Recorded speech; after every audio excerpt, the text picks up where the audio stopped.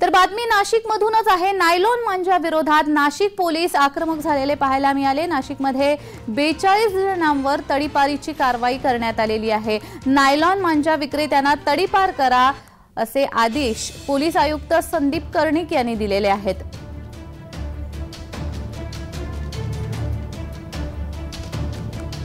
मांजा तसेच ज्या मांजावरती काचेचं वेष्टन आहे अशा मांजाचा वापर केल्यामुळे काही नागरिक जखमी झाल्याच्या घटना घडल्या होत्या। प्रसंगी काही लोकांचा जीव देखील गेल्याच्या घटना काही ठिकाणी घडलेल्या आहेत। या सर्व बाबींचा विचार करता नाशिक शहरामध्ये नायलॉनचा मांजा तसेच ज्या मांजावरती काचेचं वेष्टन आहे अशा प्रकारचा मांजा वापरण्यास तसेच त्याची विक्री करण्यास माननीय पोलीस आयुक्त नाशिक शहर यांनी बंदी आदेश जारी केले होते। त्यामध्ये पालकांना विशेषतः आवाहन करण्यात येत आहे की आपण आपल्या मुलांवरती लक्ष ठेवावं। मुलांनी अशा प्रकारचा मांजा वापरून ही जबाबदारी पालकांची आहे। तर या संदर्भात अधिक माहिती देतात आमचे नाशिकचे प्रतिनिधी किरण गोटूर। किरण, नाशिकमध्ये आता पोलीस नायलॉन मांजा विरोधात आक्रमक झाल्याचं पाहायला मिळतंय। बंदी घालून देखील काही ठिकाणी अजूनही नायलॉन मांजाचं उत्पादन घेतलं जातं, या संदर्भात अधिक माहिती।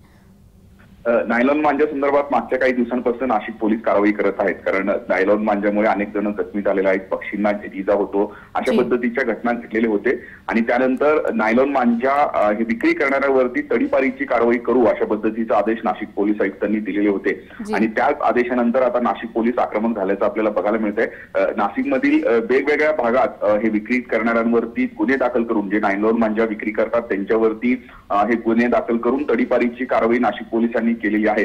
तर इतक्या मोठ्या प्रमाणात कारवाई पहिल्यांदाच झालेली आहे। जवळपास 42 जणांवरती तडीपारीची कारवाई पोलिसांनी केलेली आहे आणि त्यानंतर आता जे नायलॉन मांजा वापरणार आहेत किंवा जे नागरिक हे पतंग उडवण्यासाठी वापरतात त्यांच्यावर सुद्धा कारवाई करू अशा पद्धतीचे संकेत नाशिक पोलिसांनी दिलेले आहेत। त्यामुळे नायलॉन मांजा कोणीच वापरू नका अशा पद्धतीचा आवाहन सुद्धा पोलिसांकडून केलं जातं। जी किरण, अजूनही एका बातमीसाठी तुमच्याकडून माहिती अपेक्षित आहे।